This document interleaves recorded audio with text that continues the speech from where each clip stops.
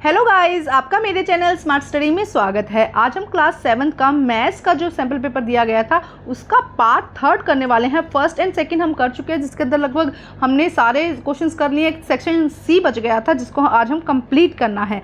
तो ये जो एग्ज़ाम जो सैम्पल पेपर है शिक्षा निदेशालय के द्वारा, डायरेक्टर ऑफ एजुकेशन के द्वारा दिए गए हैं। बहुत ही इंपॉर्टेंट क्वेश्चन है इसके अंदर और इसी तरह का पैटर्न आपके एग्जाम में आने वाला है। तो आप ये सब चीज़ें मैं आपको पहले बता चुकी हूँ। ये सारे जो क्वेश्चन अभी निकल रहे हैं, सारे क्वेश्चन हम पहले कर चुके हैं। अब हम सेक्शन सी के जो क्वेश्चन है वो करेंगे। तो देखो यहाँ से हम सेक्शन सी को अभी स्टार्ट करते हैं। तो अब हम देखते हैं सेक्शन सी के जो क्वेश्चंस हैं। फर्स्ट है क्वेश्चन 10 to 15 और हर जो क्वेश्चन है वो 2 मार्क्स का है। देखो क्या कहा गया है, 10 क्वेश्चन हिंदी और इंग्लिश मीडियम दोनों हम साथ में ही करेंगे। किसी हिमीकरण ठंडा प्रक्रिया के कमरे में तापमान को 40 डिग्री से 5 डिग्री प्रति घंटे की दर से कम करने की आवश्यकता है। इस प्रक्रिया में शुरू होने के बाद 10 घंटे बाद कमरे का तापमान क्या होगा। A certain freezing process required that room temperature be lower from the 40 degree Celsius at the rate of 5 degree Celsius every hours. What will be the room temperature 10 hours after the procedure begins? देखो क्या कहा जा रहा है कि एक जो room है उसका टेम्परेचर है 40 डिग्री सेल्सियस और हर 5 डिग्री सेल्सियस जो टेम्परेचर है 1 घंटे में कम हो जाता है।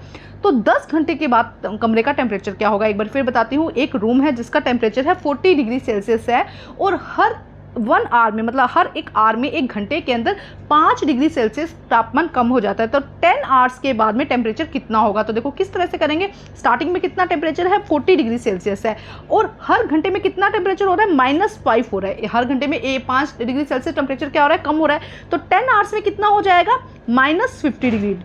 10 आवर्स में कितना हो जाएगा, -50। अब देखो स्टार्टिंग में कितना था, 40 डिग्री सेल्सियस था, जो कि कितना है, पॉजिटिव नंबर है, और अब कितना हो गया, -50 डिग्री। तो हमारा आंसर क्या आ जाएगा कि 10 आवर्स के बाद में 10 डिग्री सेल्सियस टेम्परेचर क्या है, कम हो जाएगा। देखो सीधा सा पहले क्या था, 40 का था, मतलब 40 डिग्री टेम्परेचर था और हर 1 घंटे में 5 डिग्री सेल्सियस तापमान जो है, टेम्परेचर जो है वो कम हो रहा है हर एक आवर में। तो अब देखो हमने क्या किया, हमने 10 आवर्स में कितना टेम्परेचर कम हुआ, -50। स्टार्टिंग में कितना था, 40 और उसमें से -50 कर दिया, तो -10 डिग्री सेल्सियस हमारा यहाँ पर आंसर हो जाएगा। नेक्स्ट देखो क्वेश्चन में क्या कहा गया है, नेक्स्ट क्वेश्चन देखते हैं अब हम। देखो दो संपूर्ण कोणों का अनुपात 3:2 है। छोटे कोण का मान ज्ञात कीजिए। The ratio of 2 supplementary angles is 3:2। Find the measurement of the small angle. देखो इजी सा है, 2x हम यहाँ पे लिख देंगे। एक एंगल को हमने 2x माना और दूसरे एंगल को हम 3x मान लेंगे। 3x इक्वल किसके हो जाएगा, यहाँ पर सप्लीमेंट्री एंगल है तो 180 के हो जाएगा। तो 5x किसके इक्वल हो जाएगा, 180। और x की वैल्यू यहाँ पे क्या आ जाएगी, 180 डिवाइडेड बाई 5 कितना हो जाएगा यहाँ पर। इसको हम सॉल्व कर लेंगे। उसके बाद हमें छोटे कोण का एंगल बताना है। Find the measure smaller angle. तो स्मॉलर एंगल मतलब कि हम 2x से उसको मल्टीप्लाई कर देंगे। दोनों ही आंसर देखते हैं, उसके साथ ये क्वेश्चन भी देखते हैं। वह कोण ज्ञात कीजिए जो अपने पूरा कोण के बराबर होता है। Find the angle which is equal to his complement. तो आइए दोनों ही क्वेश्चन सॉल्व करते हैं। तो देखो किस तरह से हम लिखेंगे, संपूर्ण कोण 180 डिग्री या सप्लीमेंट्री एंगल इक्वल क्या हो जाएगा, 180 डिग्री। तो इस तरह से भी लिख सकते हैं 3x + 2x इक्वल किसके हो जाएगा, 180 के। 5x किसके इक्वल हो जाएगा, यहाँ पर 5x की अगर हम बात करते हैं तो 180 डिवाइडेड बाय 5 कितना हो जाएगा, यहाँ पर हम देखेंगे 36 हो जाएगा।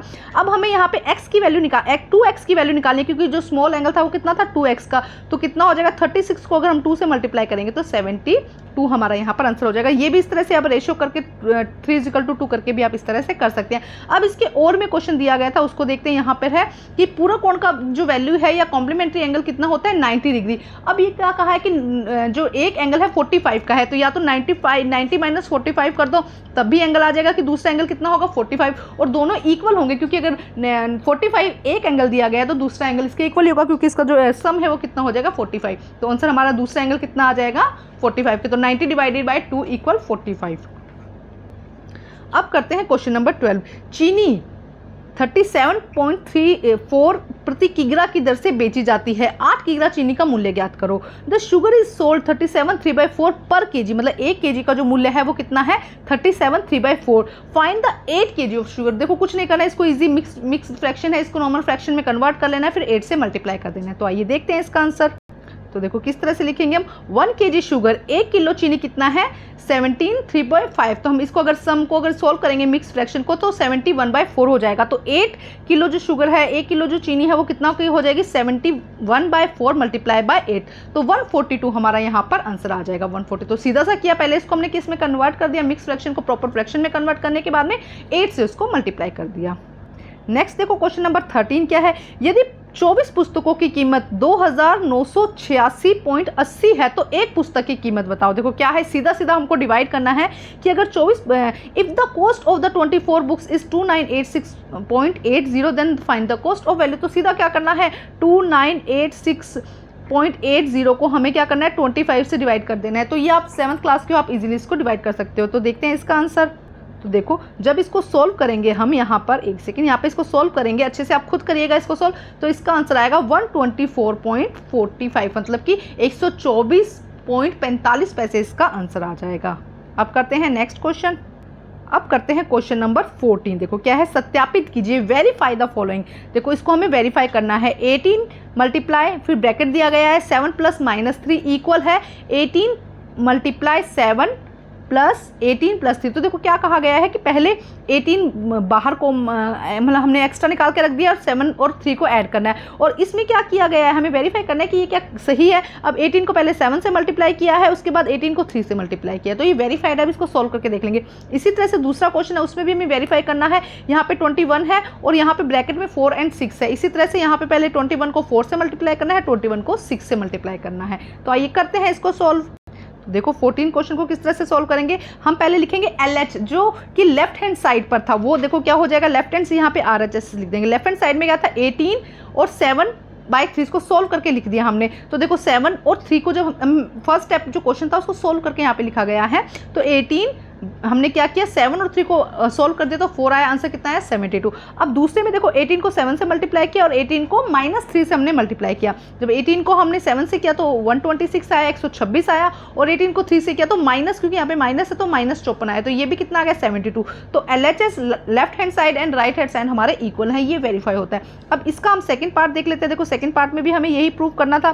तो देखो सेकंड पार्ट ये रहा क्वेश्चन, आपको क्या करना है, देखो -21 -4 -6 ये नंबर दिए गए हैं। दूसरी तरफ देखो क्या कहा गया है। अब यहाँ पे देखो हमने क्या किया, यहाँ पे इसको सोल्व कर दिया, यहाँ पर हमने क्या किया है, इसको सोल्व कर दिया। देखो कितना आया, -21 × 4 -6 लिखा गया है, ठीक है। अब इसको जब सोल्व किया तो हमने क्या कहा, -21 और इनको ऐड करेंगे तो दोनों क्या हो जाएंगे, -10 हो जाएंगे, इक्वल कितना आ जाएगा 210। ये हो गया हमारा LHS। अब यहाँ पे देखो नेक्स्ट हम क्या करते हैं, यहाँ पे 21 - 4 को किया और 21 - 6 को हमने मल्टीप्लाई किया। जब इसको हम सोल्व करेंगे इन दोनों को आपस में तो इसका कितना आ जाएगा 84, और इसको जब सोल्व करेंगे तो 126। और यहाँ पे हमारा फर्स्ट का जो आंसर था 210 आ चुका है। जब इनको ऐड करेंगे तब भी 210 आएगा, इनको सोल्व करेंगे तब भी 210 आएगा। ध्यान से समझो क्या कहा गया है, पहले हमने इसको सोल्व कर लिया, ठीक है, उसके बाद हमने इसको सोल्व कर लिया। तो देखो दोनों में हमारा आंसर कितना आ रहा है, 210 हमारा आंसर आ रहा है। तो मतलब कि ये वेरीफाई होता है कि दोनों left hand side and right hand side दोनों ही क्या है, सही है, वेरीफाइड है।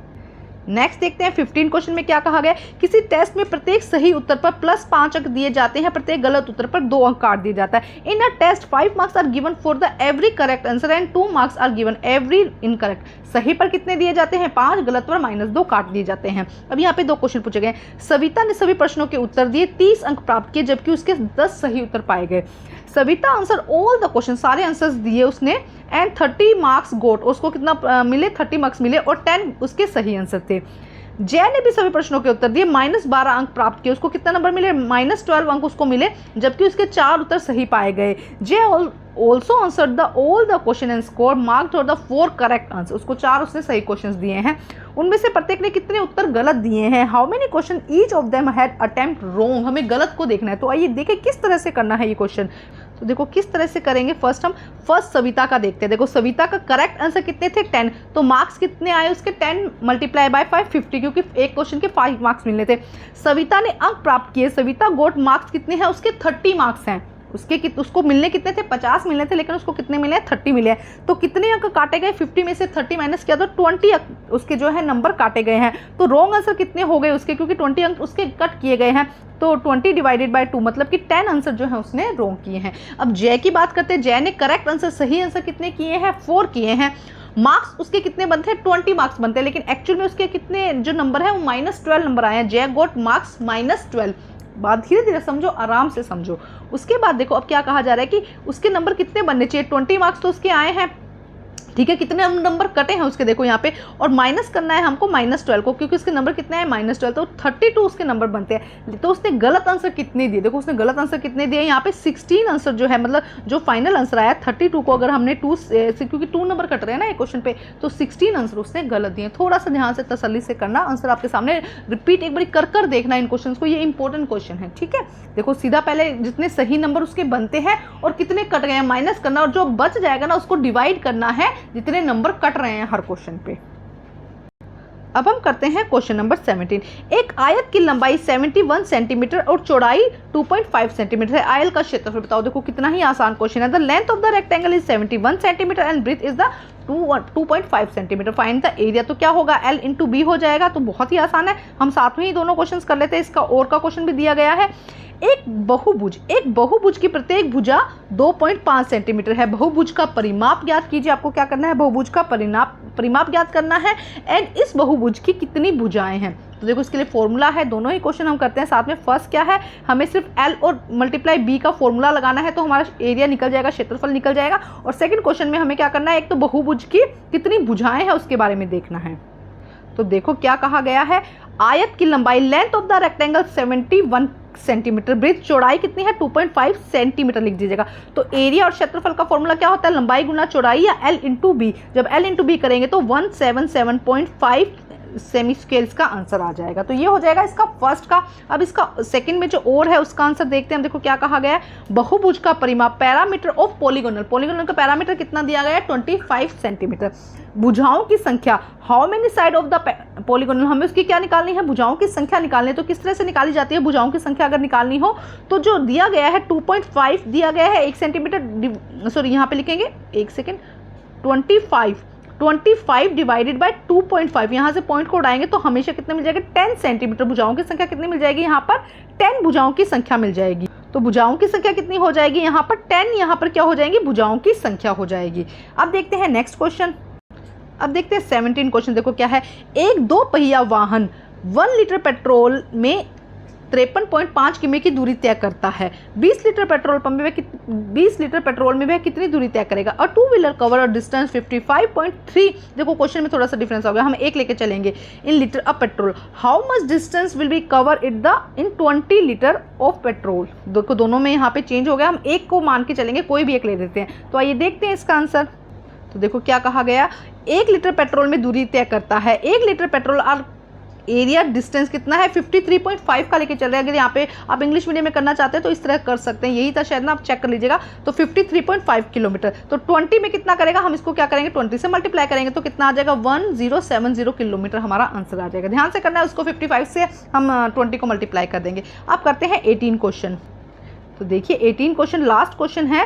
निम्नलिखित ठोस आकृतियों का जाल बनाइए। Draw the net of the following solid. यहाँ पे कुछ डायग्राम दिए गए, फर्स्ट एंड सेकंड अथवा में है ये दोनों, तो कोई भी आप या तो ये दोनों कर दीजिए या ये दोनों कर दीजिए। आपको यहाँ पे जाल बनाना है। आपको मेरे चैनल पर सभी सब्जेक्ट के सैम्पल पेपर मिल जाएंगे, आप वहाँ से प्रैक्टिस कर सकते हैं और अपने जो मिड टर्म के एग्जाम है उसमें अच्छे नंबर ला सकते हैं। तो आइए अब हम करते हैं 18 क्वेश्चन।